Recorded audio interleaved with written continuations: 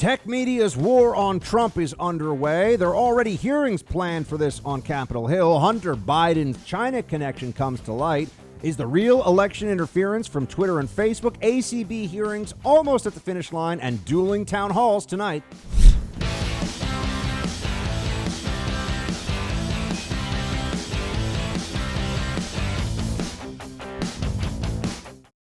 Oh my, welcome to the Buck Sexton Show, everybody. Great to have you here with me. Thank you so much for joining.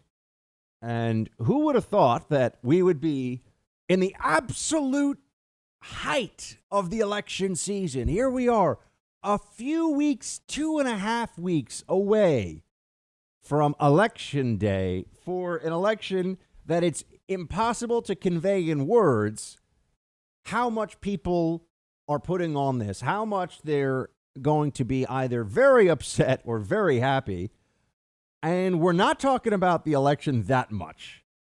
We're barely talking about an open Supreme Court seat, the Ruth Bader Ginsburg seat, open up for a originalist, Amy Coney Barrett. Looks like that's going to get through. Looks like, could change even by the end of the show, could change, but as of now, looks like it's going to happen. You know what we're talking about instead? A Hunter Biden story that was going to be pretty big. But then the tech companies and the mainstream media decided to inject news cycle steroids right into its neck. Just make it the Ivan Drago of news stories, just juicing it up with everything they can by openly, actively suppressing it. Instead of just allowing people to say, well, hold on a second, was there anything criminal here? Okay, looks like there was some lying. The usual cover-up stuff that you would expect from the media.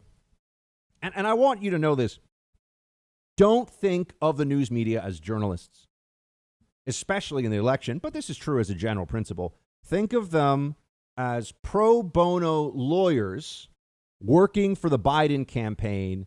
And these are the kind of lawyers who are willing to suborn perjury, hide evidence, eliminate a witness, whatever. That's what the journos really are. So just get out of your head that they're trying to bring us the truth. Obviously not.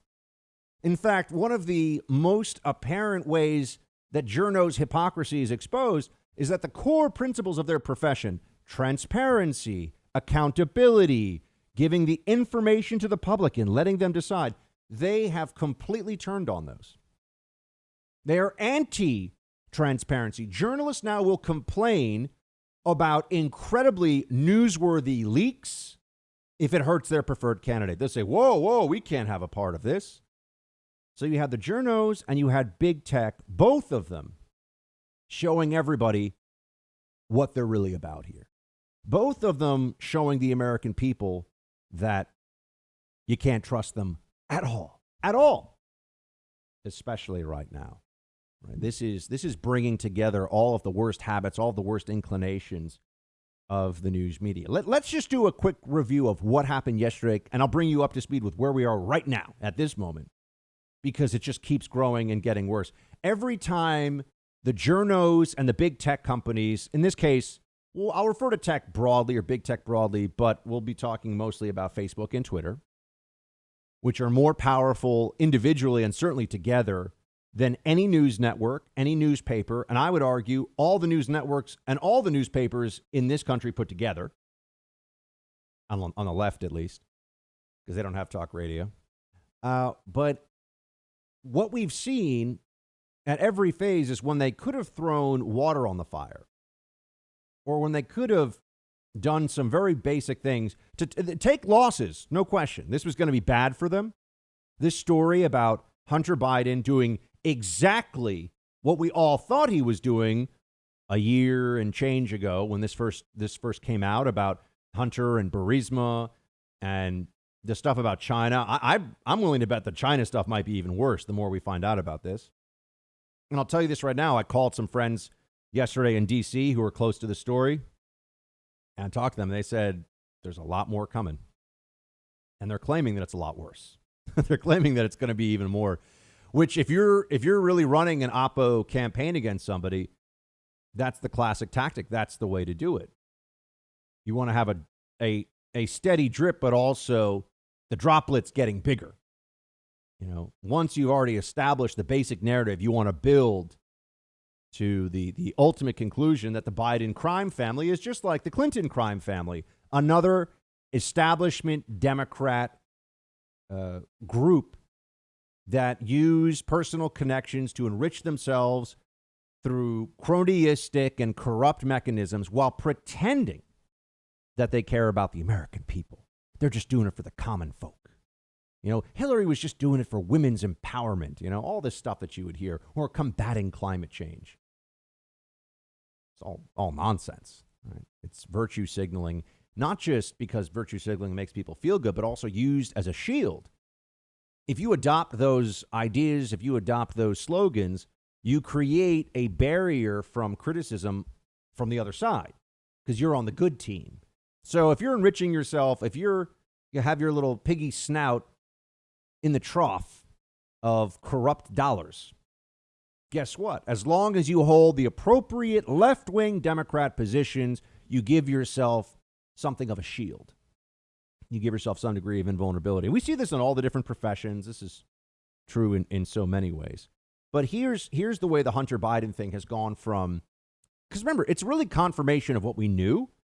So the damage here is, it's always worse when you have proof instead of circumstantial evidence. We've got pretty much the smoking gun now. The Biden campaign, and this is about a Ukrainian businessman connected to Burisma thanking Hunter for brokering a meeting with his dad. And now keep in mind, even if that meeting didn't happen, that is the quid pro quo then. So we do understand exactly why the whole scheme of Hunter being on the board of Burisma was meant to open up access to his dad.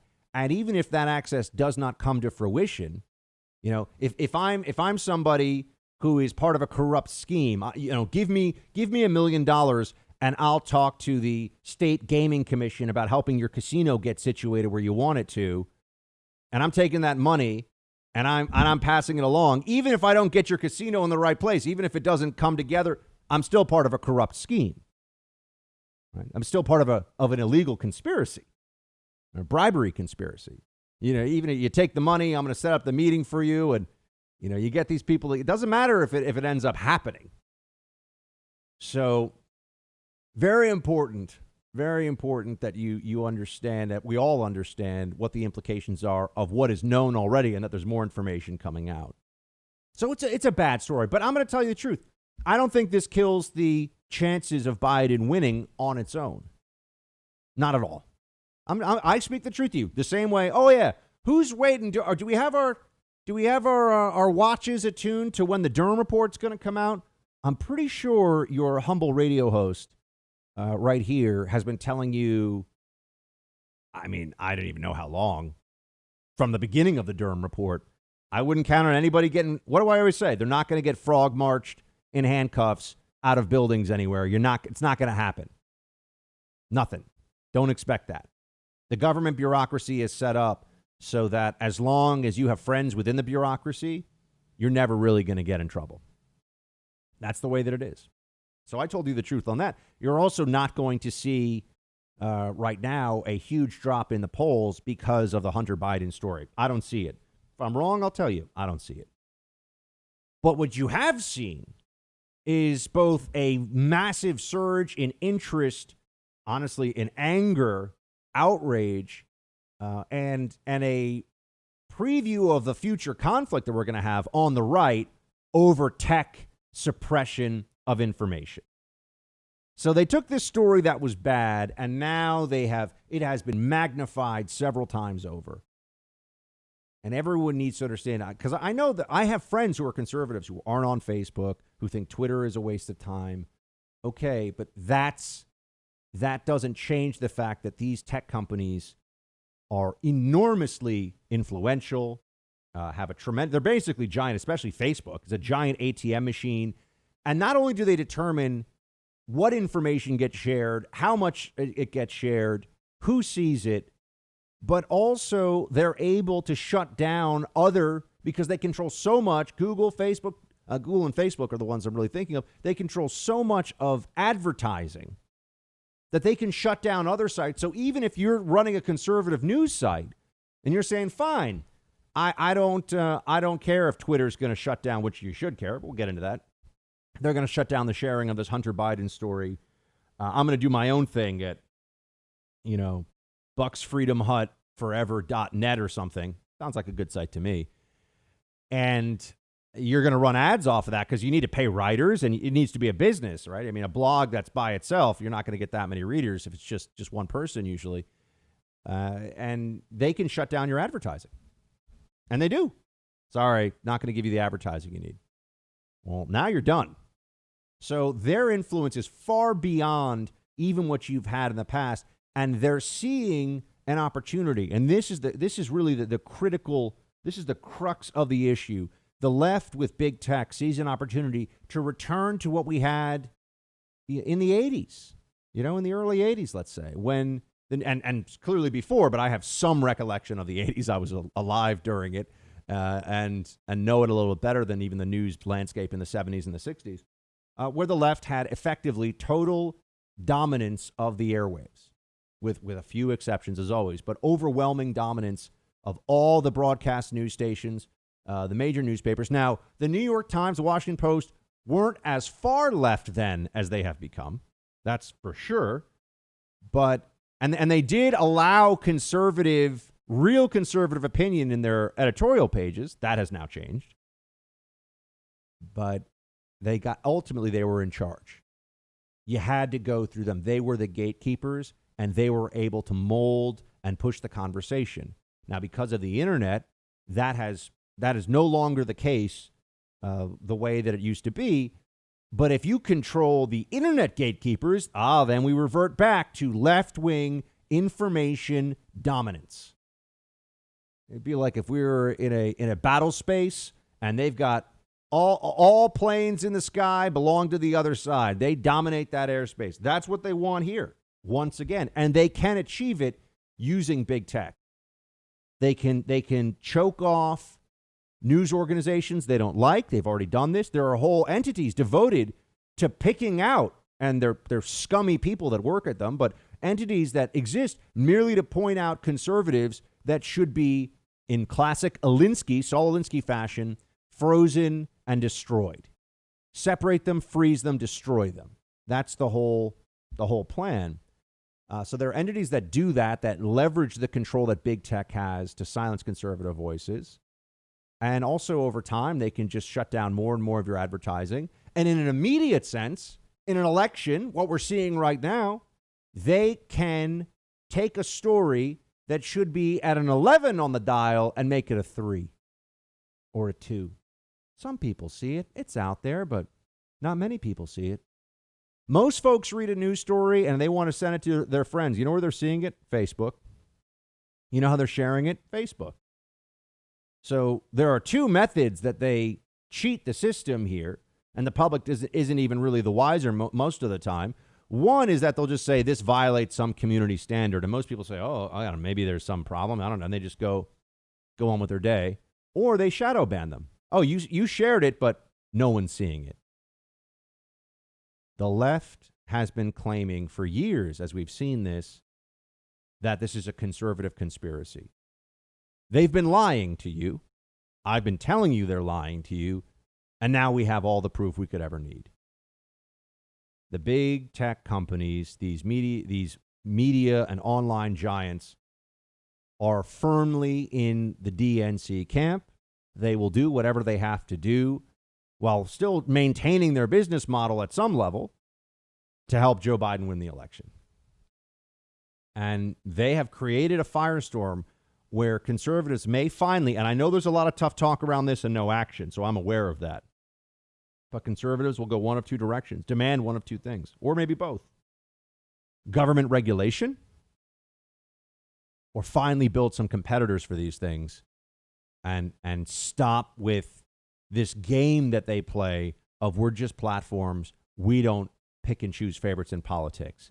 That's a lie, and it is a lie that is so big and so powerful that it could, in fact, change the course of this election. So we need to take action right now. I recently got a crash course in home title theft, and you better pray this crime never happens to you. It's so easy and so financially destructive. Here's what happens. The legal titles to all of our homes are online. They're kept on servers and up in the cloud. Well, hackers find your home's title, then they forge your signature on a quitclaim deed stating that you sold your home to them. You often won't find out about this until you receive the notices in the mail saying you owe money for loans you didn't take out. You might even get a foreclosure notice in the mail if it's too late. You're not going to know about this in time unless you have Home Title Lock.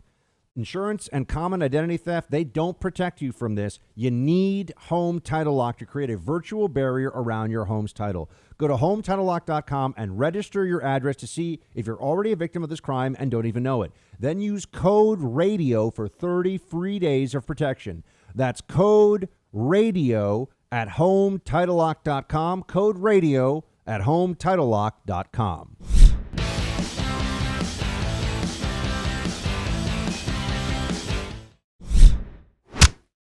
It's out of control. And it's like a third arm, maybe a first arm, of the DNC. Twitter and Facebook, they're like really, it's a massive campaign contribution.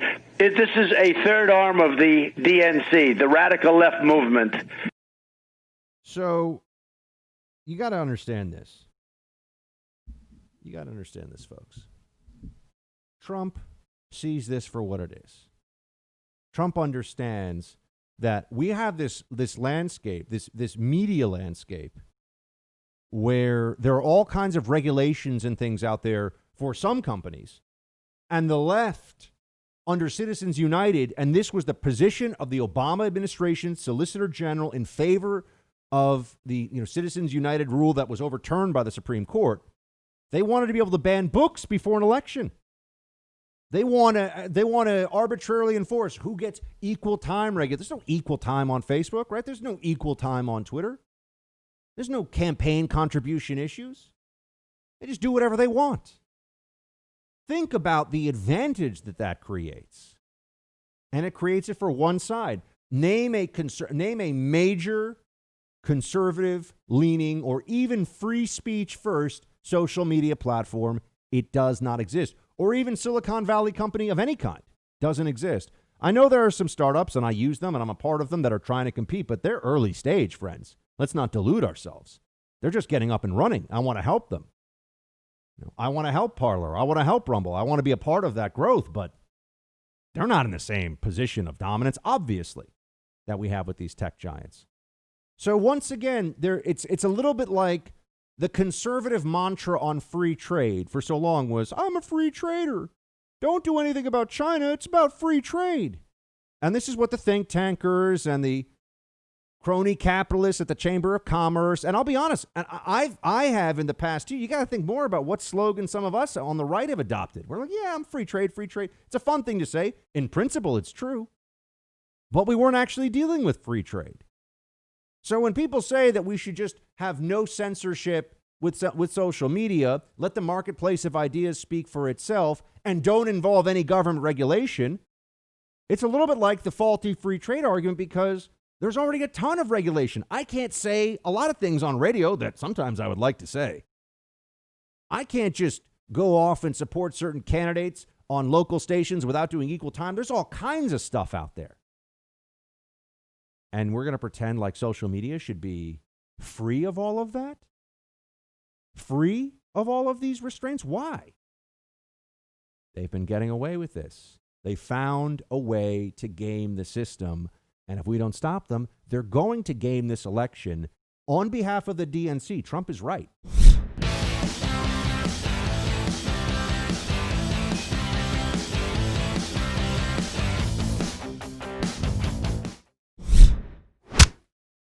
And by the way, Mika, when there is a New York Post article that is false, it's much better for Twitter to let people read the New York Post article and sit there and laugh at the hokey story of a computer repairman looking at a computer going, this sure does look suspicious to me. I'm going to call Rudy Giuliani.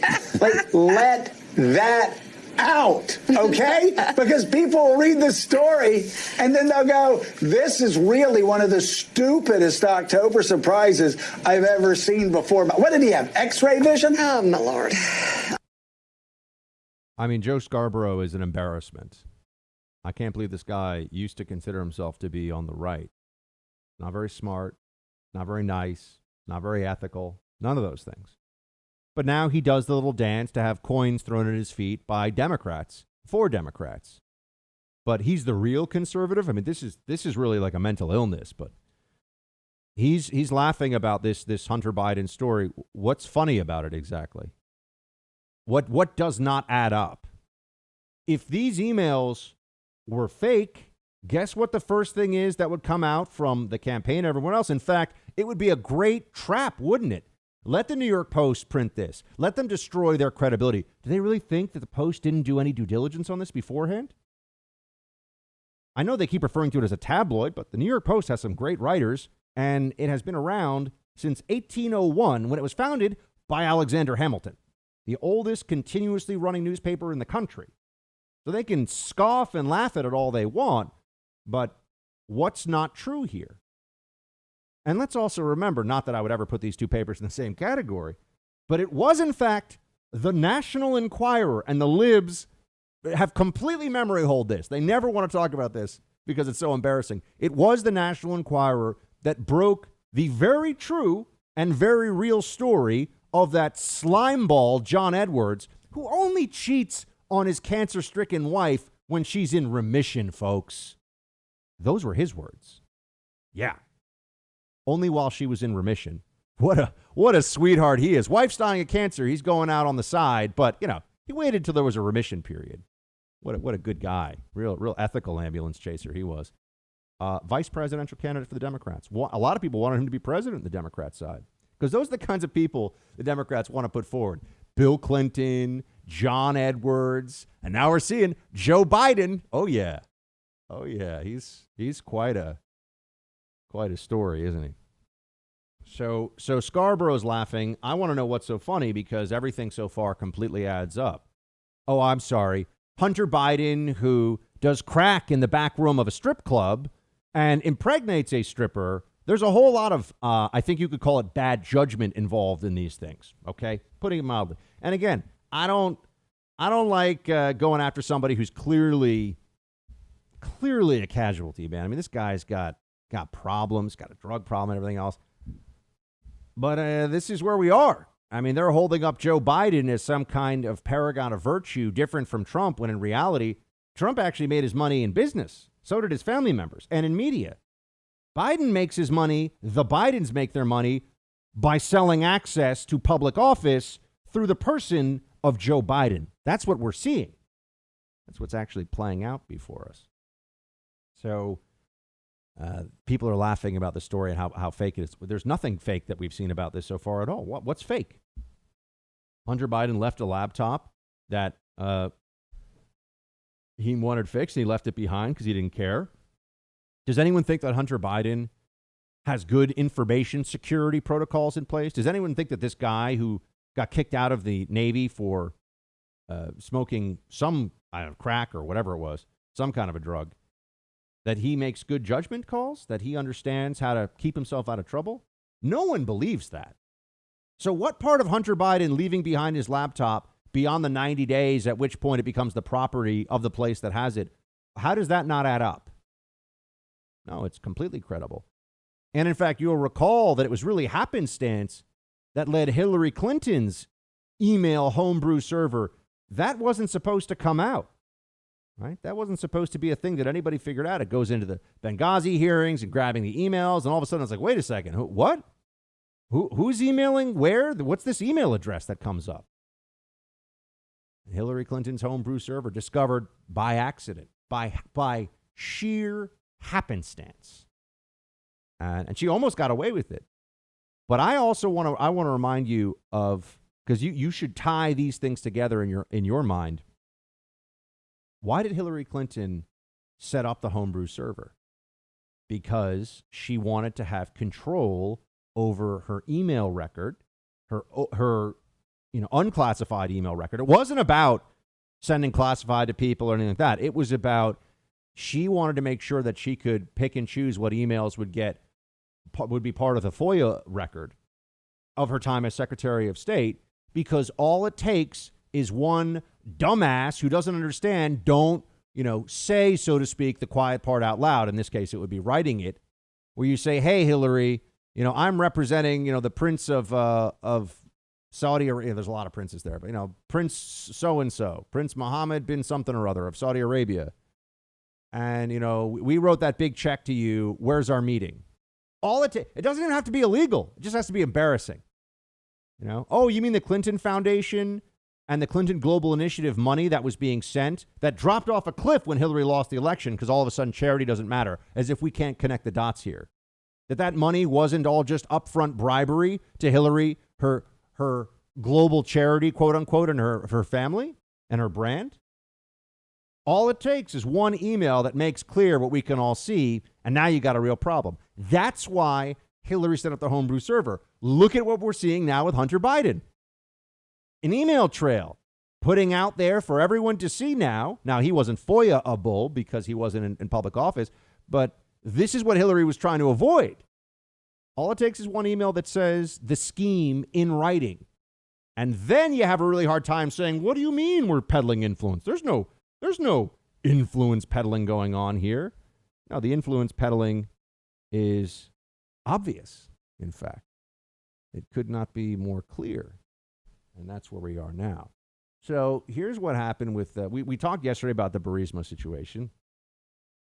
And there's messages that make clear Hunter was trying to set up a meeting. And today, there's more stuff from the New York Post, which has the emails.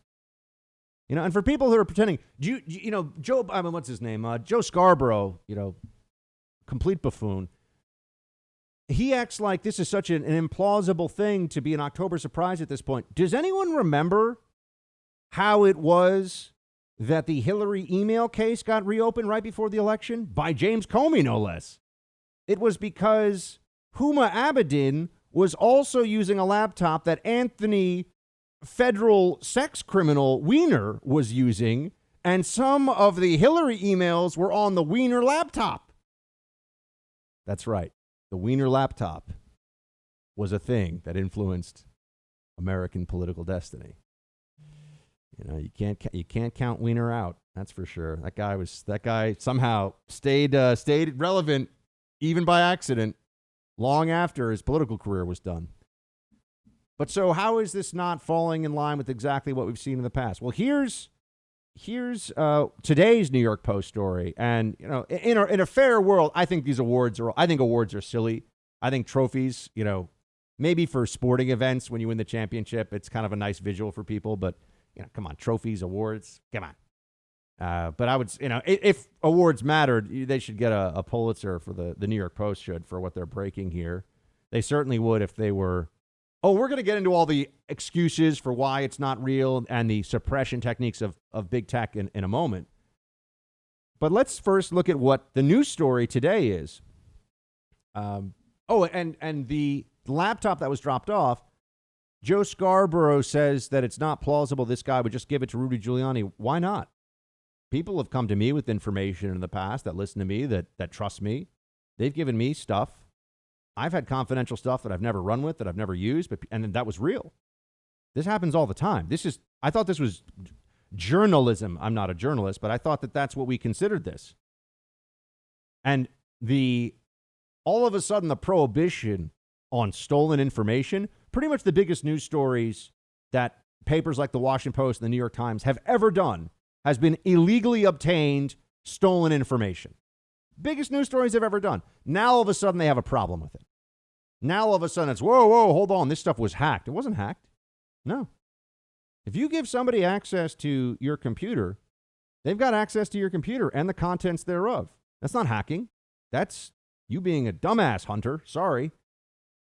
This is very clear. But let's go to this story, because I've always thought that the China connection was going to be a bigger problem for Hunter and for the whole Biden thing, even than what we've seen with Burisma, just because the money there it's so much bigger, and China is a real concern. We've spent all this time because of the lib delusions around Russia. We spent all this time worried about what are we going to do about Russia? Russia's not a threat to the U.S. Russia's not, they can be a problem on some foreign policy issues, but it's not a long-term challenge for us that we have to really be concerned about. It's certainly not a great power challenge anymore. China absolutely is. It's the only one. And so access peddling that involves anything Chinese government related, which means anything Chinese state enterprise related in the business sector, that is a big national security concern. That does feel like policy, U.S. foreign policy up for sale. Here's the New York Post story today. Hunter Biden pursued lucrative deals involving China's largest private energy company, including one that he said would be interesting for me and my family, according to emails obtained by the Post. One email sent to Biden on May 13, 2017, with the subject line expectations, included details of remuneration packages for 6 people involved in an unspecified business venture. Biden was identified as chair, vice chair, depending on agreement with CEFC, in apparent reference to the former Shanghai-based conglomerate CEFC China Energy Company. His pay was pegged at $850, and the email also noted that Hunter has some office expectations he will elaborate.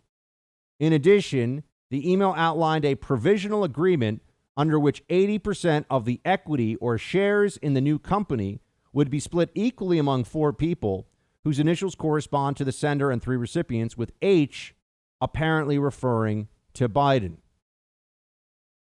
The deal also listed 10 Jim and 10 held by H for the big guy. Neither Jim nor the big guy was identified further. Oh, I'm just wondering. Does anybody want to take a guess at who H, Hunter, refers to as the big guy? Because I'm going to tell you, I don't think it's Andre the Giant. R.I.P. I'm pretty sure, I'm just going to put on my thinking cap for a moment. I'm pretty sure he's talking about Daddy. Former Vice President of the United States, the would-be next President of the United States, if you believe all the polls out there right now, and certainly what the Democrats desire. 10 for Jim, 10 held by the big guy. So 10 points, 10 percentage points, it seems, of this deal. That could be a lot. Remuneration packages. Let's see what we have here. We have $850 for Hunter, $500 for this guy, James. $850,000 salary is a lot of money. Who is paying Hunter Biden $850,000 for his role in some Chinese private equity deal? Someone who wants to buy access to the vice president. We're not idiots. We see exactly what's going on here. Why is Hunter flying on Air Force Two? This is the adult child of the vice president going on trips with him to China, and it wasn't to take photos at the Great Wall and eat some good dim sum. That's not what was happening. There's so much here, friends. The media caught in yet another depraved lying session. They went to the mat for Hunter Biden. There's nothing here. Yeah. Now we've got the emails.